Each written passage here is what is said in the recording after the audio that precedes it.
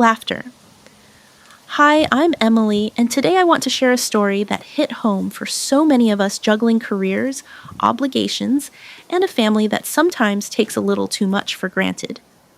The story is called I Drove 5 Hours to My Lake House for a Family Party, but it was empty, just trash and dirty dishes. Then Mom texted, "We couldn't wait. Clean up for Dad's birthday."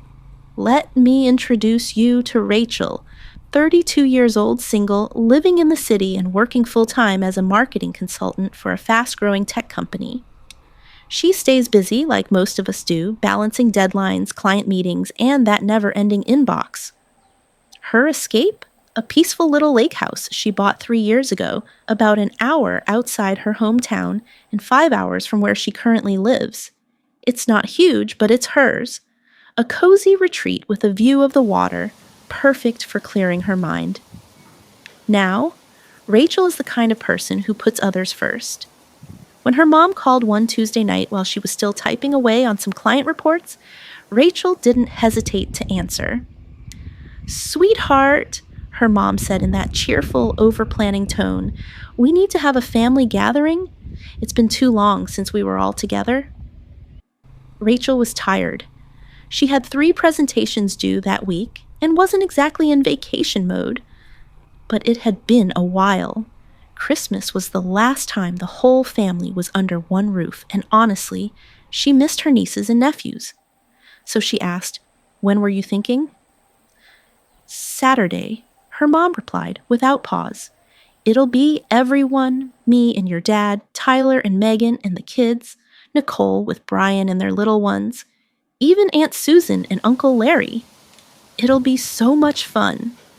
Rachel tried not to panic, mentally scanning her already packed week. But then her mom added, "And we were hoping we could use your lake house. The kids love the water and there's so much room." Rachel hesitated for a moment, but then nodded to herself. That's what the lake house was for, right? Family, memories, togetherness. She had given keys to her mom, her brother Tyler, and her sister Nicole. They used the house more often than she did, to be honest. Fishing trips, weekend getaways, summer splash days for the kids. Rachel didn't mind. It felt good to be able to give something back. "The only thing I ask," she reminded her mom, "is that everyone cleans up after themselves." "You're such a sweetheart," her mom gushed. "I'll let everyone know. This will be amazing." And for a moment, Rachel felt that familiar warmth in her chest, that hope, that belief that family really did come first. So she worked her tail off to make it happen. She stayed late at the office 3 nights in a row, burned through energy drinks, skipped her evening runs, and turned in all her client work early. She even got ahead on the next week's projects, just so she could be fully present on Saturday. Friday evening, she swung by the store, picked out a few nice cheeses and snacks, and grabbed 3 bottles of her best wine, the expensive kind she usually saved for birthdays or holidays. She packed up her overnight bag, double-checked her to-do list, and set her alarm for 6 a.m. sharp. The drive would be long, 5 hours, but it'd be worth it to sit on her own porch, watching the kids laugh by the lake, sipping wine with her mom, maybe even roasting marshmallows by the fire pit. She had no idea her heart was about to break. The next morning, I was up before my alarm even buzzed. I tossed my bag in the trunk, cranked up the heat in my car. It was chilly for early spring, and started the 5-hour drive to the lake house. The sunrise lit up the road like a golden ribbon. And despite the long drive, I was actually in a good mood. Halfway there, I pulled off at this old roadside cafe I'd passed a dozen times but never stopped at. The coffee tasted like it had been sitting on the burner since the Reagan administration, but it was hot, and I needed the caffeine. I scrolled through some texts, saw a few work emails, but ignored them. Today was about family. By the time I turned onto the gravel driveway, it was just after noon. I was expecting to see a line of cars, Tyler's SUV, Nicole's minivan, Mom's old Ford. I expected to hear kids squealing by the water or smell something grilling out back. But the place was dead silent. Not a single car in sight. I parked and sat for a minute, thinking maybe I was early. Maybe they were just running late, but something felt off. I grabbed my tote, slung my bag over my shoulder, and walked up to the front door. I slid the key into the lock like I've done 100 times before. The door opened smoothly, and that's when it hit me. The smell. Stale beer, spoiled food, something sour. I stepped inside, and it was like walking into a frat house the morning after homecoming weekend. My jaw dropped. The living room was trashed. Furniture pushed out of place, crushed crackers on the rug, juice stains or maybe wine on my white couch, dirty paper plates, plastic cups, toys, wrappers, empty beer bottles. I stood there, frozen. This couldn't be real. Not my house. In a daze, I walked into the kitchen. It was even worse. My double sink was overflowing with dirty dishes. Takeout boxes were stacked like a greasy tower next to the trash can, which was so full the lid wouldn't even close. The countertops were coated in some kind of sticky orange residue. It looked like it had been there for days. Then it hit me. They'd already had the party. Without me. I felt my chest tighten as I reached for my phone. My hands were shaking. I dialed Mom. She answered on the third ring, cheerful as ever. "Hey, sweetheart." "Mom, I'm at the lake house. What happened here?" There was a pause. Then she replied in the most casual tone imaginable. "Oh, that. We decided not to wait for you. The party was on Thursday. It was lovely." I blinked. "You what?" "Well, you know how it is. Everyone's schedules were tight. Thursday evening worked better. We figured you'd understand." "You told me it was Saturday." "I rearranged my whole week, Mom." "Did I? Huh, I thought I said Thursday. Anyway, the house was fine when we left. You're probably just being dramatic again, sweetheart." I looked around at the disaster zone. Dramatic? I wasn't even raising my voice yet. There are stains on my couch, trash everywhere, and every dish I own is dirty. This place is a wreck. "Oh, it can't be that bad. You always get worked up about cleaning." "I get worked up because I like living in a home, not a garbage dump." "Well, you're blowing it out of proportion. It's not the end of the world. We'll have plenty of other get-togethers. Anyway, I've got to run." And she hung up, just like that, like I was an annoying sales call. I stared at my phone in disbelief, feeling that deep, hollow ache you get when someone you love treats you like you're disposable. That was the moment something inside me shifted. I wasn't just hurt. I was done. And what came next? Let's just say, they had no idea who they were dealing with. Still stunned from my call with Mom, I stood in the living room trying to wrap my head around what had just happened. But I wasn't done. I needed answers, and Tyler was next. He's always been the so-called responsible one. You know the type. Oldest son, steady job, married with 2 kids, always acting like he's got everything under control. He was also the one who constantly assured me, "Don't worry, sis. We'll clean up after the kids." So I called him. He answered after a few rings, sounding irritated like I'd interrupted something important. "Tyler," I said, doing my best to stay calm. "It's Rachel. I'm at the lake house, and it's completely trashed. What happened?" There was a pause, and then he responded, utterly nonchalant. "Oh, that. Yeah, we had the get-together Thursday. Look, I'm busy. What do you need?" What did I need? I took a breath and said, "I need to know why my house looks like it was hit by a hurricane." He actually chuckled. "Come on, Rachel. It's not that bad. The kids were just playing. We didn't have time to clean up. We had to get home for work Friday morning." "Not that bad?" I nearly choked. "There are juice stains on my sofa. Every dish I own is dirty, and the trash is overflowing with takeout and beer bottles." "That's not that bad to you?" Tyler replied with the emotional depth of a used napkin. "You're exaggerating. It's just a little mess. You can handle it." His tone, so dismissive, made my blood boil, like I was some whiny kid complaining about chores. "I've got to go," he added casually. "Talk later." And just like that, he hung up. I stood there, clutching my phone, my hands shaking with rage. I couldn't even think straight. All I knew was that if I didn't document this mess, they'd try to gaslight me into thinking I was overreacting. So I did what any rational adult woman would do. I took photos. A lot of photos. I started in the living room, furniture knocked askew, stains on the carpet, trash on every flat surface. Then the kitchen, overflowing sink, grease-covered counters, flies circling takeout containers. I made my way into the bathroom where damp towels were tossed on the floor, and someone had smeared toothpaste across the mirror like a toddler playing Picasso. I snapped at least 20 pictures, capturing every grimy detail. Then I fired off a group text to Mom, Tyler, and Nicole. "This is what I came home to.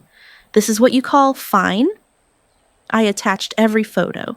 Mom read the message and didn't reply. Not even a period. Tyler sent back a laughing, crying emoji with the words, "Dramatic much?" "Nicole?" She responded with 3 laughing emojis. I felt this sting behind my eyes, the kind that comes right before the tears. But I refused to let them fall. I couldn't believe how casually they dismissed me, how little I seemed to matter. To distract myself, I opened Facebook. I figured a little scrolling might calm me down, but what I saw made my stomach turn. There it was, my living room. Nicole had posted a photo from 2 days earlier. My family was gathered around, drinks in hand, smiles all around. My mom laughing with Aunt Susan, Dad beaming beside Uncle Larry, Tyler's kids playing with Nicole's. The caption? "Amazing family time with the people who really matter. So grateful for those who are truly important in our lives." I stared at that sentence like it was a slap in the face. The people who really matter. Those who are truly important. And I wasn't one of them. I sank onto my stained couch, surrounded by the literal mess they left behind, and for the first time in years, I saw it all clearly. The dynamics, the imbalance. I'd helped Mom with car repairs last year, paid out of pocket without hesitation. I'd loaned Tyler money during his job gap. I'd babysat Nicole's kids for free so many times I lost count. But when I moved apartments, they were all too busy. When I was in the hospital recovering from appendix surgery, only Nicole came and spent the entire visit complaining about her life. That's when the truth hit me like a gut punch. They didn't see me as family. They saw me as an ATM. And that was the moment I stopped crying and started planning. I was still sitting there, surrounded by the aftermath of a party I hadn't even been invited to. Juice stains on my cushions, the smell of stale beer still clinging to the air, when my phone buzzed again. It was Mom. "Rachel, make sure you get the house cleaned up quickly. Your father's birthday is next Saturday, and we're planning to celebrate there. There will be some important business partners coming, so everything needs to look perfect. This is very important for your father's company." I stared at the message in disbelief, reading it over 3 times. She wanted me to clean up their mess so they could throw another party at my house? With business partners no less, like I was some kind of unpaid janitor and catering manager rolled into one. My first instinct was to call her and unleash every ounce of anger I had left. But then, something in me shifted. A strange calm settled over me. Because for the first time in my life, I wasn't going to yell. I wasn't going to beg them to treat me with basic decency. I was going to make them feel it. I didn't respond to the text. Instead, I rolled up my sleeves and started cleaning. Not because she told me to, but because I couldn't sleep in a house that smelled like a frat party. The cleanup took 6 hours, 6 full garbage bags. I scrubbed dried soda out of my couch cushions and mopped up sticky footprints from the hardwood floors. I washed every single dish they'd left piled in my sink and sanitized every counter, every surface. And while I was scrubbing, a plan was forming, quiet and methodical. They expected me to just go along, like always, to stay silent, to be the good daughter who opens her doors, swallows her pride, and lets them walk all over her again and again. But that version of Rachel? She was gone. That night, I stayed at the lake house instead of driving back to my apartment. For the first time in a long while, the house was peaceful. No shouting kids, no passive-aggressive jabs from my sister, no one leaving garbage for me to deal with. I sat out on the back deck, sipping a glass of my good red wine, watching the moon reflect off the lake. The breeze was cool, the quiet was absolute, and I felt something I hadn't in months. Peace. Sunday morning, I found a locksmith in the local phone book. Yes, an actual printed one tucked in a drawer. His name was Pete, a quiet older gentleman who showed up right at noon. He didn't ask many questions, just nodded when I told him I needed every lock changed. While Pete worked, I had my own project underway. I headed down to the basement and flipped the switch on the security system I'd installed 2 years ago, the one I had deactivated 6 months ago because my family complained nonstop. "The cameras make us uncomfortable," Nicole had whined. "We can't relax when we know we're being watched," Tyler added. And after the police showed up twice thanks to the kids setting off the motion sensors, I'd caved and shut it down. But now, I wanted every camera rolling, every sensor active, every alarm armed. By the time Pete handed me the brand new set of keys, the house had been transformed, from a playground for freeloaders into a fortress. The cameras covered the driveway, the porch, the back deck, and all the main living areas inside. Motion sensors covered every hallway, and the alarm, loud enough to wake the dead, with direct dispatch to the local police. I tested everything twice before packing up and locking the front door behind me. As I drove the 5 hours back to my apartment, I felt something bubbling under my exhaustion. Something electric. Not fear, not guilt, anticipation. Because I knew the moment they realized they couldn't get inside my house was coming. And this time, I wouldn't be the one left cleaning up the mess. The rest of that week, I went about my routine like nothing had happened. I worked, I hit the gym, I ran errands, grabbed groceries, cleaned out my inbox. On the outside, it was business as usual. But inside, I was simmering. Then Wednesday rolled around, and my phone buzzed again. Another text from Mom. "Don't forget about Saturday. We'll need you to pick up a nice gift for your father. At least $2,000. You can afford it, and it's important to make a good impression on his business partners. We'll be expecting you at the house by 3 p.m. I read it twice just to be sure I wasn't hallucinating. Let me get this straight. I was supposed to host the party, clean the house, fund the event, and drop $2,000 on a gift for a man who hadn't even texted me once after the last disaster? I didn't respond. Not a word. Saturday morning came, Dad's big day, but instead of panicking over appetizers or scrubbing floors like they assumed I would, I made myself a slow, hearty breakfast. Eggs, toast, fresh coffee. I pulled on a pair of comfy leggings and a hoodie, then opened my laptop. I logged into the lake house security system. At exactly 3 p.m., the driveway camera lit up. Showtime. First came Mom and Dad in their beat-up silver sedan. Right behind them was Tyler's SUV, then Nicole's minivan. A fourth car rolled in behind them, sleek, black, and unfamiliar. Business partners. I counted 12 people in total. Mom was dressed up, holding what looked like one of her signature homemade cakes. The kids were in their Sunday best, all wide-eyed and wiggly. They marched toward the front door like they owned the place. Dad stepped up first and tried his key. Jiggle. Nothing. He tried again. Still locked. I watched his lips move in confusion. He handed the key to Mom. Same result. Then Tyler stepped up with his key. Click, twist, nothing. Nicole gave it a go. Also nothing. The 4 adults stood there, pointing, talking, clearly confused. One of the businessmen checked his watch. A couple of the kids started whining. Then I saw it. Mom pulling out her phone. I didn't even need to check the caller ID. I knew it was her. I let it ring 4 times before I picked up. Hello? Rachel, Mom said, her voice tight. We're at your house. None of our keys work. Did you change the locks? Yes, I did. There was a moment of silence. I could almost feel her blinking in disbelief through the phone. Why would you do that? She asked, voice rising. Everyone's here. Your father's business partners are standing in your driveway. I leaned back in my chair, calm, steady. I changed the locks because I'm tired of people treating my home like a dump and expecting me to clean it up afterward. She didn't like that. Her voice pitched higher.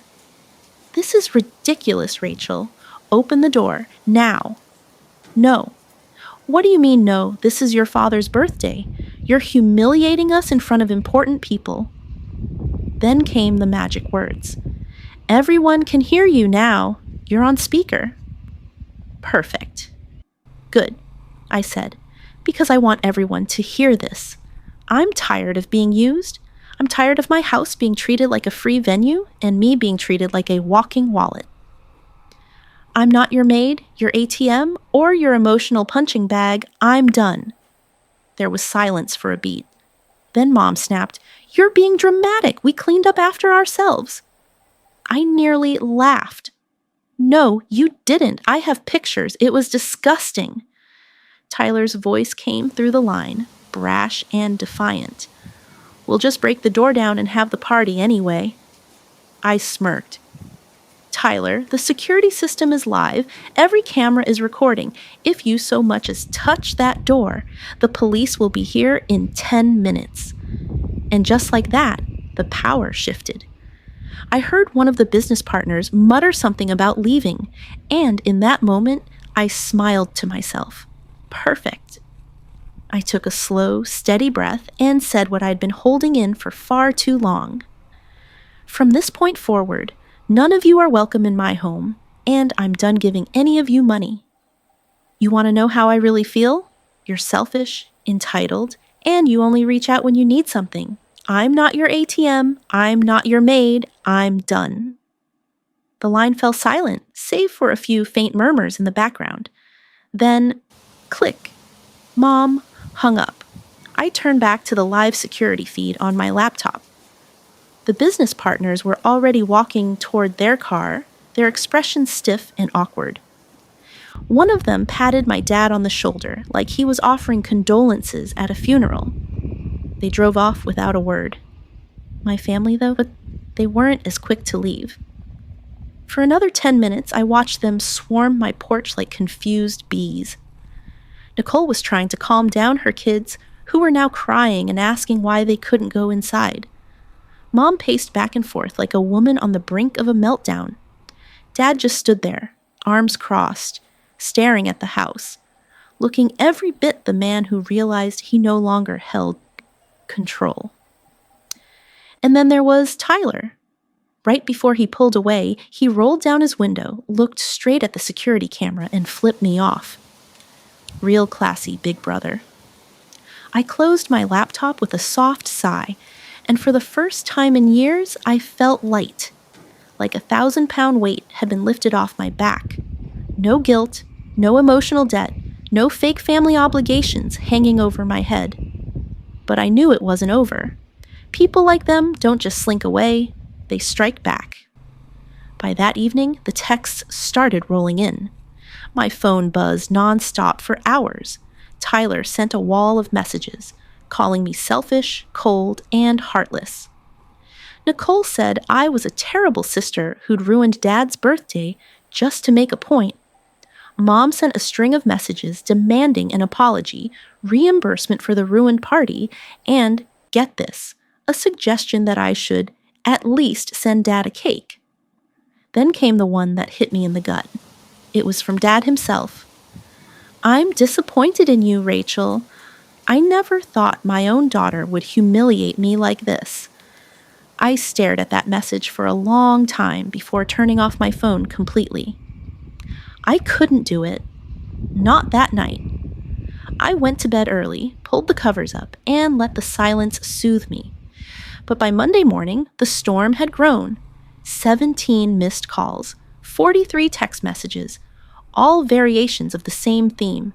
I was selfish, ungrateful, a disgrace. I owed them an apology. I owed them money. I didn't even read most of them. I deleted them without blinking. But then Tuesday came, and with it, something new. My friend Jenna tagged me in a Facebook post. It was from Mom's page. She'd written a long, dramatic rant publicly for the world to see. My daughter Rachel ruined her father's birthday. She locked us out of her lake house, embarrassed us in front of his business associates, and showed no respect for family. I'm heartbroken that I raised such a selfish child. Dozens of comments poured in. Relatives, old family friends. Most were horrified, disappointed. "How could Rachel do this to her own father?" one wrote. A few brave souls asked what really happened. Mom ignored them or replied with more vague accusations about me being cruel and emotionally unstable. That was it. That was the final straw.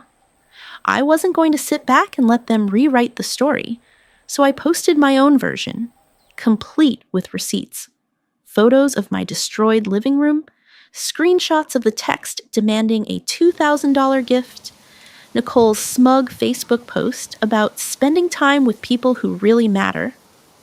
This, I wrote, is what I came home to after my family held a party at my house, without telling me.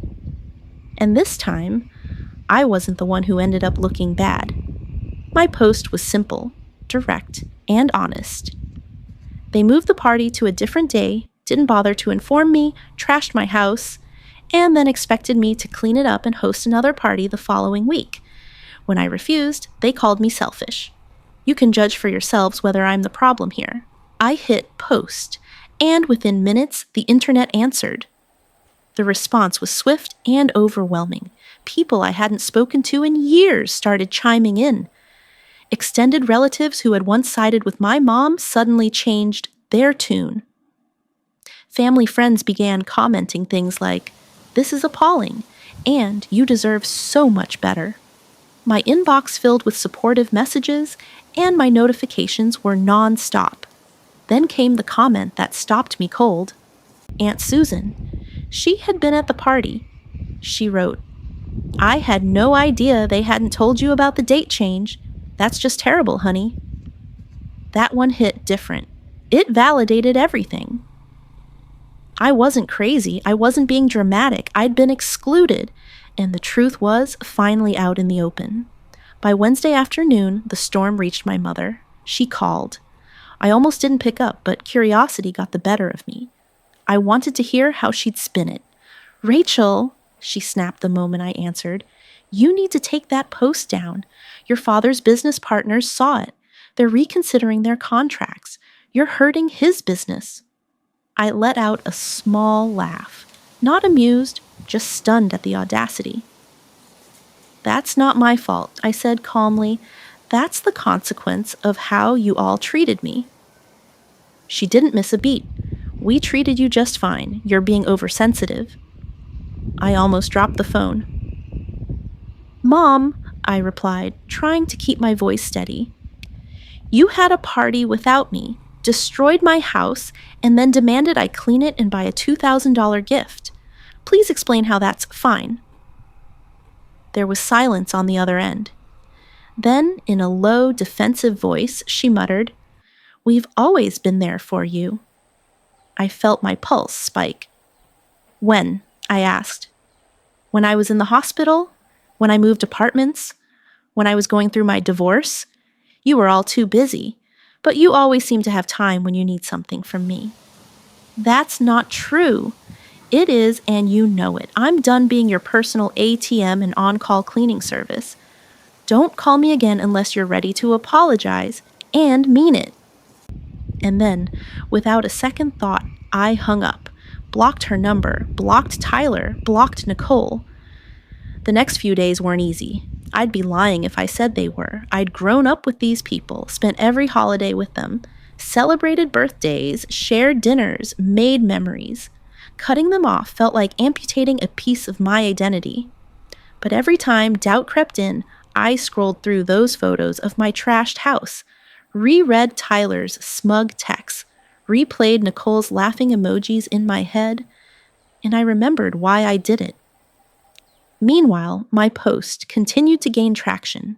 People began sharing it with captions like, "This is why you don't let family walk all over you. Boundaries are healthy. Good for her, finally standing up to toxic relatives."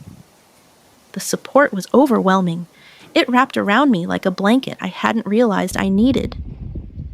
2 weeks after the birthday fiasco, I decided to head back to the lake house for a long weekend. As I turned down the familiar gravel drive, I'll admit, I felt a little anxious. What if they'd broken in? What if they'd been back? But the moment I stepped inside, I exhaled. Everything was exactly as I left it, clean, peaceful, and finally mine. I spent 3 blissful days reading on the deck, swimming in the lake, and letting the silence heal me. No guilt trips, no demands, just calm. Then, Sunday evening, as I packed to head home, my phone buzzed with a message from an unknown number. "Rachel, this has gone too far. Mom is depressed. Dad's business is struggling because of what you did. We need to talk." It was Tyler, using someone else's phone. I stared at the message for a long time, and all I could think about was those laughing emojis. As I stared at Tyler's text, all I could think about was how Mom hung up on me when I tried to explain the pain they'd caused, how they laughed at my boundaries, how they used me for years, my time, my money, my home, and called me selfish when I finally said no. I didn't reply. I deleted the message and didn't look back. That was over a month ago, and, no surprise, I haven't heard a word from them since, at least not directly. Word travels, though. According to a cousin, they've started telling people I had a breakdown, that they're worried about my mental health. Classic deflection. When the truth makes them uncomfortable, label the truth teller unstable. But I'm not broken. I'm healing.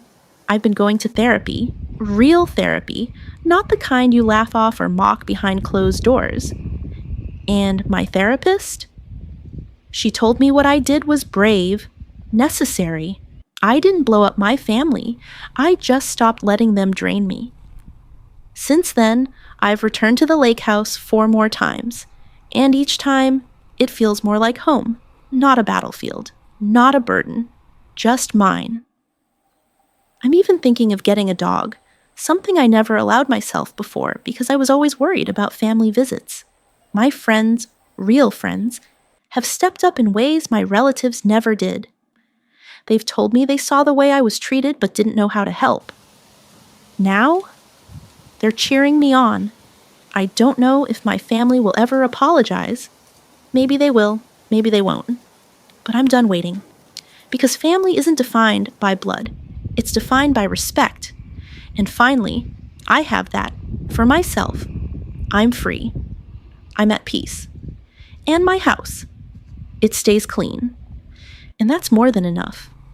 Sometimes the hardest lesson we learn in life is that boundaries are not betrayals. They are necessities.